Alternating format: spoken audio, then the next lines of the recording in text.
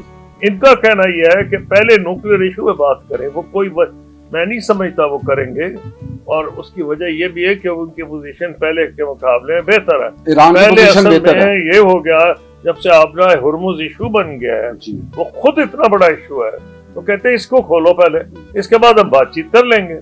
اور جو نیوکلیئر کا ہے وہ میں نہیں سمجھتا کہ ایران کتنی دفعہ تو کہہ چکا کہ نیوکلیئر بام نہیں بنانا چاہتا. اگر انہوں بنا دیکھیں ایران میں ایک ڈیبیٹ لمبی چلی تھی. ولی نصر صاحب جو ایکسپرٹ ہے، خود ایرانین اوریجن کے ہیں اور کلنٹن ایڈمنسٹریشن کے ممبر تھے، لاہور میں ریسنٹلی میری ان سے ملاقات ہوئی تھی، مجھے ملنے آئے تھے. تو کہہ رہے تھے ایران میں ایک پرانی ڈیبیٹ چل رہی تھی کہ بم بنا لیں یا نہ بنائیں. کئی لوگ کہتے بنا لیں، وہ کہتے کہ بنانا تھا تو پہلے بناتے، نقصان بھی پورا اٹھا رہے ہیں، سینکشنز بھی اٹھا، بم بھی نہیں بنایا. تو یہ بحث جو ہے یہ اب اس کا مطلب ہے کہ ایران کے سامنے آپشن بم بنانے کا تھا، لیکن انہوں نے باوجود ایک تو خیر انہوں نے فتویٰ حاصل کر لیا، لیکن اس کے علاوہ فتوے کے علاوہ وہ یہ سمجھتے تھے کہ پروبیبلی یہ اتنا ٹائم کنزیومنگ ہے مزید کہ ان کو موقع نہیں ملے گا کہ یہ کر سکیں. پاکستان نے جس مصیبت سے بم بنایا وہ ہمیں پتہ ہے، کتنے سال، کتنے پاپڑ بیلے، کتنی ہم پہ سینکشنز لگ گئیں، اور ایران پہ تو ہم سے بہت زیادہ سینکشنز لگی ہوئی تھیں. تو میں یہ سمجھتا ہوں کہ ایران میں یہ جو ہے نا کہ تو بم کے اوپر تو جو وہ ہیں فورن منسٹر ان کے عمان کے، جنہوں نے پچھلی میٹنگ میں میڈیشن کرائی تھی، وہ تو خود یہ کہہ رہے ہیں کہ جی یہ بم کا ایشو کچھ نہیں تھا. انرچڈ یورینیم، ہاں ایران کیا تھا ایک سرٹن لیول پہ انرچ کرے گا، لیکن جو یورینیم ہے وہ کہ تھرڈ کنٹری کو ہینڈ اوور کر دے گا، تاکہ اگر اس کا ہوگا ہی نہیں یورینیم تو پھر سے بم بنا لے گا. اس لیے میں یہ سمجھتا ہوں اس کا نکل آئے گا حل. پھر اس میں یہ بھی ہو سکتا ہے مورٹوریم 5 سال 10 سال 20 سال، امریکہ 20 سال ڈیمانڈ کر رہا تھا، خبریں تھیں کہ ایران 5 سال کے لیے تیار ہوگی، اس پہ بھی بات چیت ہو سکتی ہے. اچھا دیکھیں اس پوزیشن کے اندر آپ کے مطابق ایران بہتر پوزیشن پہ ہے. اب اس کے اندر یہ ہے کہ ڈپلومیسی کے اندر فیس سیونگ کی کتنی اہمیت ہوتی ہے. اب دونوں ون ون پوزیشن چاہتے ہیں کہ اپنی عوام کو کچھ تو بھیج سکیں کہ ہم نے اس جنگ سے کیا حاصل کیا. اتنی بمباری کے بعد اگر آپ نے یورینیم امریکہ کے حوالے کر دینی ہے یا اس کو 60% جو انریچمنٹ کیا ہوا اسے واپسی کر لینی ہے، تو پھر اتنے سال سینکشن کا کیا مطلب رہا؟ اور اگر یہ نہیں کرتا اور اس کے حوالے کرتا ہے تو امریکہ کی جیت. تو کسی کے لیے فیس سیونگ کتنی اہمیت ہے اور ون ون سچویشن کیسے نکل سکتی ہے؟ پہلی بات تو یہ ہے کہ نہیں ایسی بات نہیں ہے، 60% پہ تو مان جائیں گے کم کرنے کے لیے. انہوں نے پہلے بھی اشارہ کیا تھا کہ اسے بہت لو لیول پہ لے آئیں گے. اسے ہینڈ اوور کا جہاں تک تھا پہلے جو تھا وہ JCPOA میں رشیا کو ہینڈ اوور کرنے پہ وہ تیار تھے. اب جو عمان میں میٹنگ ہوئی ہے اس میں بھی یہ تھا. یہ مسئلے کا حل نکل سکتا ہے، لیکن یہ جو امریکہ کہہ رہا ہے کہ تم انریچمنٹ بند کر دو، وہ ایرانی نہیں رکیں گے. وہ کہتے ہیں ہمارا رائٹ ہے کہ نالج ایکوائر کرنا، ہمیں میڈیسن میں ضرورت ہے، ہمیں اور الیکٹرسٹی میں 36 چیزوں میں ضرورت ہے، ہم بم کے لیے تو نہیں یہ کر رہے ہیں. اسی میں سمجھتا ہوں اس کے اوپر ہو سکتا ہے مسئلہ کچھ اور ہو گیا ہے. مسئلہ یہ ہے کہ پریزیڈنٹ ٹرمپ نے ایک اپنے لیے اتنا اونچا ایک ہدف مقرر کر دیا ہے کہ جو اوباما نے کیا تھا میں اس سے بہتر کروں گا. اب وہ اس میں پھنسے ہوئے ہیں. اوباما کتنی دیر لٹکائیں گے، جتنی دیر لٹکائیں گے میں سمجھ رہا ہوں time is taking against the United States and against president Trump. ساری دنیا کے مفاد میں ہے کہ یہ مسئلہ حل کر لیا جائے اور جلدی کیا جائے، اور اس کے بعد بات چیت شروع کر دیں. بات چیت راتوں رات نہیں ہوگی، اس میں ٹائم لگے گا. تو جو اسلام آباد میں بات چیت ہوئی ہے اس کے نتیجے میں فریم ورک بن سکتا ہے بات چیت کا، لیکن یہ آپ نہ ہرمز تو کھولے نا. اچھا اس کے اندر دیکھیں پہلے جب آئے تو باقر طالباف بھی یہاں آئے، عباس عراقچی بھی آئے. اس دفعہ بھی انہوں نے کہا کہ ہم JD وینس کو، اسٹیو وٹکاف کو اور جو ان کے دماد ہیں جن کوچنر ان کو بھیجتے ہیں. اور لیکن ہم نے دیکھا کہ ایرانی نہیں آئے. اس بار کیوں نہیں پاکستان کے جو اسلام آباد پیس ٹاک تھے اس کے اندر وہ شامل ہوئے اور رشیا گیا اور رشیا سے واپس آئے؟ اس کا کیا مقصد ہے؟ پہلی بات یہ ہے کہ ایرانی نے بالکل کلیئر کیا کہ ہم نہیں ان کو ویٹ کریں گے. ان کا دو جو انہوں نے امریکہ پریزیڈنٹ ٹرمپ کہہ رہے تھے وٹکاف کو اور کوشنر کو بھیج رہے ہیں، ان کا یہ کہنا تھا ہم نے بیسک چیزیں پاکستان کے ذریعے بتا دی ہیں، تو ہم مرے نہیں جا رہے ہیں، ہم پہ پریشر اتنا نہیں ہے کہ ہم اب رکیں ان کے لیے. جو ان کے لیے بڑا خفت کا باعث تھا پریزیڈنٹ ٹرمپ کے, تو انہوں نے کینسل ہی کر دیا ہے وہ جو ان کی وزٹ ہے. تو وہ یہ سکتا تھا کہ وہ آ کے پاکستان سے بات کر سکتے تھے, اپنے پوائنٹ آف ویو دے سکتے تھے, لیکن اس کے اوپر غصے میں پریزیڈنٹ ٹرمپ نے کہا اتنی ٹریول کرنے کی کوئی ضرورت نہیں, تو ٹیلی فون پہ بھی بات ہو سکتی. تو اس لیے میں یہ سمجھتا ہوں کہ یہ حل ہوگا. اب چائنا کی ان کی جو وزٹ ہے یہ ہے مئی میں, جی ہاں, اور اس سے پہلے چاہ رہے ہیں مڈ مئی میں کی وزٹ ہے. اس میں بھی کوئی زیادہ ٹائم نہیں رہا. اب اگر یہ پرولونگ ہی کرتے جاتے ہیں تو میں نہیں سمجھتا کہ یہ کوئی خاص چیز, ان کی چائنا کی وزٹ بھی ٹھیک نہیں رہے گی. اور چائنیز نے انڈیکیٹ کیا ہے دے آر انہیپی کہ انہوں نے تیل ان کا بھی روکا ہوا. تو اس لیے ایک تو یہ ان سے ٹریڈ پہ بات کرنا چاہ رہے ہیں. تو یہ انڈیکیشنز ایسی, مجھے تو اندازہ ہے کہ کچھ نہ کچھ بات چیت یا شروع میں ہو سکتا ہے یہ بلاکیڈ جو ہے دونوں سائڈیں اٹھا لیں بھائی آپ وقت, فیس سیونگ بھی ہو سکتی ہے. تو اس میں ایک رستہ تو نکل آئے گا, لیکن سارا جو ڈیل ہے اس میں ٹائم لگے گا, وہ جلدی نہیں ہوگا. لیکن اب یہ دیکھیں جس طرح آپ نے ابھی بات کر رہے تھے, ایک تو امریکہ نے جو اہداف طے کیے تھے اس کے لیے کہ اس کے جو جوہری ہے یا رجیم چینج کی, یورینیم کی بات کی, آپ نے ہم کھل جاتی ہے, وہ تو اس جنگ سے پہلے بھی کھلی تھی اسٹریٹ آف ہارموز. تو امریکہ وہاں کیا بیچے گا, اس نے کیا حاصل کیا جا کے؟ یورینیم وہیں ہے جو کھلی تھی وہ بند کروا دیا انہوں نے اسٹریٹ آف ہارموز, اور یورینیم کا معاملہ حل نہیں ہوا, رجیم وہ کی وہی ہے. یہی یورپینز کہہ رہے ہیں, ان کے الائز جن کو یہ کہہ رہے تھے کہ یہ نیٹو یہ اور وہ ہمارے پیچھے نہیں آ رہے, بھئی وہ آئیں کس لیے پتہ بھی تو ہو نا. کیا تم کیوں آئے ہو, نکلو گے کب, تمہارا ہدف کیا؟ کسی کو یہ پتہ ہی نہیں تھا آئے کیوں آئے ہیں. یہ اسرائیل کے جھانسے میں آ کے آئے ہیں, اس نے کسی کو, ارے ہر ایک کو پتا ہے دنیا میں, سارے یورپینز کو پتا ہے. ایک مت کلیئر کر دیں, امریکہ اسرائیل کو استعمال کرتا ہے کہ اسرائیل امریکہ کو استعمال کرتا ہے؟ نہیں, اب دیکھیں جو ہے نا اسرائیل چھوٹا سا ملک ہے, اس کو جو سب سے بڑا ایڈوانٹیج ہے کہ امریکہ میں پرو جوش لابی بہت ہے. سارے یورپ میں ہے. سیکنڈ ورلڈ وار میں جو ہٹلر کا ہولوکاسٹ تھا تو یورپینز کو تو گلٹ کانشنس بھی ہے. اور جہاں تک امریکہ کا ہے بہت زیادہ ان کا انفلوئنس ہے, اور دونوں پارٹیز کو فائنانس کرتے ہیں امیر جوز. جہاں تک عام یہودی ہیں وہ تو اس جنگ کے خلاف ہو گئے. اسٹوڈنٹ ریولٹ میں بھی یہودی باہر نکلے تھے. جو یہودی پولیٹیشنز ہیں مثلا سینیٹر برنی سینڈرز, سب سے زیادہ اٹیک تو وہ کر رہے ہیں اس کے اوپر, نیتن یاہو پر, پریزیڈنٹ ٹرمپ کے اوپر. تو یہودی تو سمجھ رہے ہیں کئی امریکہ کے کہ اس نے ہمیں مروا دیا ہے, ہمیں بدنامی کروائی ہے, نیتن یاہو نے جینوسائیڈ کمٹ کرائی ہے ہمارے نام پہ.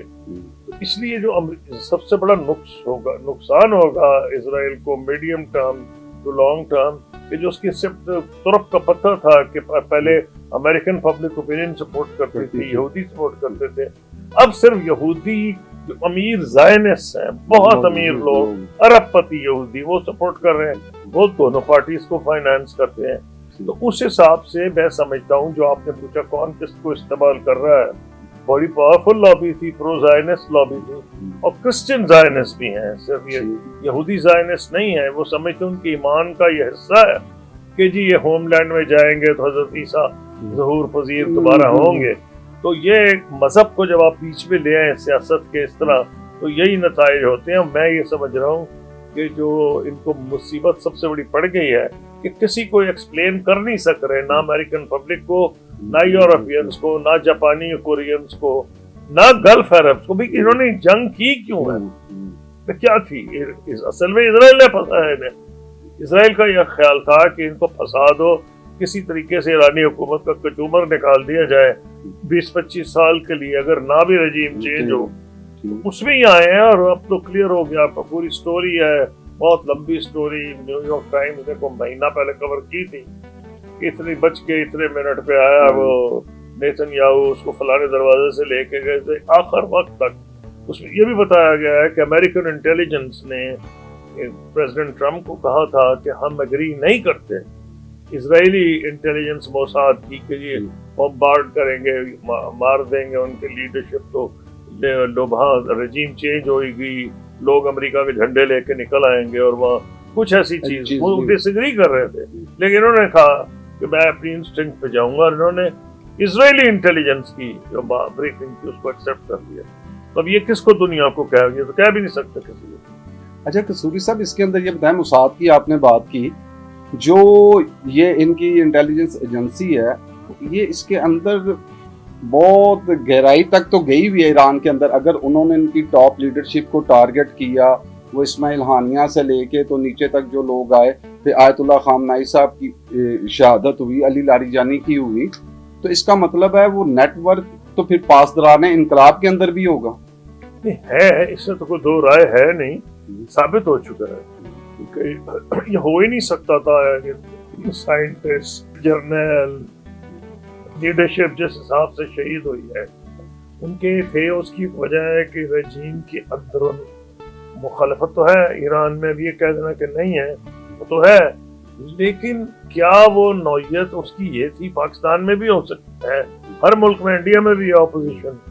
سوال یہ ہے کہ جو ان کو یہ امپریشن دیا تھا کہ ہم حملہ کر دیں، جب حملہ ایک تھرڈ پارٹی غیر ملک کرتا ہے تو نیچرلی لوگ اکٹھے ہوتے ہیں، اور جس قسم کے انہوں نے بیانات دیے کہ civilization will end today and there will be no more، بھائی آپ جس civilized لوگوں کو بچانے جا رہے ہیں ان کے آپ نے ہسٹوریکل مانیومنٹس تباہ کیے ہیں، ان کی بلڈنگز تباہ کر دی ہیں، آپ کہہ رہے ہیں اب تمہاری بریجز نہیں چھوڑیں گے، تمہارے بجلی کارخانے نہیں چھوڑیں گے، تو وہ کس لحاظ سے آپ کے ساتھ آئیں گے؟ تو انہوں نے وہ جو ایک رجیم کے مخالفین جو تھے وہ بھی یہ سوچ رہے ہیں کہ کس مصیبت میں پھنس گئے، ہم نے یہ تو نہیں سوچا تھا کہ یہ آ کے ہمیں ہی تک ختم کر دیں گے۔ تو میں ہی سمجھتا ہوں ہاں تھا، موساد کا انفلوئنس تھا، ہو سکتا ہو، انہوں نے کئی لوگ پکڑے ہیں، کئیوں کو پھانسیاں بھی دی ہیں، لیکن انڈاؤٹڈلی موساد کا وہاں انفلوئنس تھا، اس وقت کو دو رائے نہیں ہو سکتی۔ اچھا قصوری صاحب، اس کے اندر یہ بھی بتائیں جو یہ گلف کا کردار رہا، یعنی وہاں امریکن بیسز کو نشانہ بنایا گیا اور پاکستان کی سفارتی کوششوں سے انہوں نے دوبارہ اس کا جواب نہیں دیا، لیکن ہم گلف کے اندر بھی دیکھتے ہیں کہ سعودی عرب ہو، قطر ہو، وہ ایک ڈفرینٹ پوائنٹ آف ویو رکھتے ہیں، اس کے مقابلے میں یو اے ای کا ڈفرینٹ پوائنٹ آف ویو ہے۔ تو پھر اگلا جو اگر یہاں پہ حالات چینج ہوتے ہیں تو بلاکیج، تو ہم پاکستان کس طرف جائے گا، معاملات کس طرف جائیں گے، اور خطے کی کیا صورتحال؟ نہیں، ہمارا تو ڈیفنس لائن سعودی عربیہ سے ہو چکا ہو۔ یہ ویسے بدقسمتی کی بات ہے کہ ان میں آپس میں بھی اختلافات ہیں، اور وہ جس حساب سے اسرائیل نے ظلم کیا ہے، میرا خیال ہے آہستہ آہستہ تمام عرب ممالک کو اندازہ ہو جائے گا کہ ایران سے بڑا خطرہ ان کے لیے اسرائیل ہے۔ پہلے وہ ایران کو خطرہ بڑا سمجھتے تھے، کسی بنیاد پر وہ ایران کے خلاف تھے، اسرائیل کی مدد بھی مانگ رہے تھے کئی، لیکن جو اسرائیل نے ظلم کیا اور جس طرح انہوں نے پھر گریٹر اسرائیل کی بات کی ہے، جس میں کئی عرب ممالک کے رقبے بھی شامل ہیں، بشمول سعودی عرب کا ایک حصہ بھی اس میں شامل ہے، شام کے ہیں، عراق کے ہیں، تو میں نہیں سمجھتا کہ اب جیسے یہ جنگ ختم ہوگی تو بڑی ڈیپ ریفلیکشن ہوگی وہاں، اور ایک تو امریکن اڈے جو ہیں اس پہ بات ہوگی کہ یہ تو ہمیں انٹرنل کو اپنا سٹرکچر بنانا پڑے گا، یا تو یہ مل کے بنائیں، اگر نہیں مل کے بنائیں گے تو پھر سیپریٹ ریلیشن شپ ہوگی کہ کیا اسرائیل کے ساتھ بن کے یو اے ای بنائے گا ہندوستان اور اسرائیل کے، جو ویسے ہی مجھے اس میں کوئی سینس تو نہیں سمجھ آ رہا کہ اس میں کیا فائدہ انڈیا کا اور کیا فائدہ یو اے ای کا ہے، اسرائیل کو ہو سکتا ہے کوئی فائدہ ہو جائے، لیکن وہ کہہ رہے ہیں اب اگلا جو یہ ٹرائیکون بنے گی وہ یو اے ای، انڈیا اور اسرائیل کی۔ ہاں، لیکن مجھے نہیں سمجھ آتی کہ لانگ ٹرم جو لیڈرشپ ہے، ابھی تو یہی نظر آ رہا ہے، جو اشارے مل رہے ہیں کہ وہ اس طرف جا رہے ہیں کہ ان کے آپس میں بڑے اختلافات ہیں یو اے ای کے اور سعودی عرب کے، لیکن یہ لانگ ٹرم چلے گی نہیں۔ میرا خیال ہے کہ جب یہ معاملہ ٹھنڈا پڑے گا تو گلف کوآپریشن کاؤنسل بھی یہ سوچے گی ہم اپنا بھی دفاع کا کچھ سوچیں جو پورے مل کے کر لیں، نہیں تو دوسری چیز جو انڈیکیشن ہے بڑی بدقسمتی ہے، وہ تو یہی نظر آ رہا ہے کہ ان کے آپس میں ڈویژنز ہیں کافی، اور کئی لوگ ملک ایران کے اتنے خلاف ہیں کہ وہ اسرائیل سے معاہدہ کر لیں گے، ایران سے نہیں کریں گے۔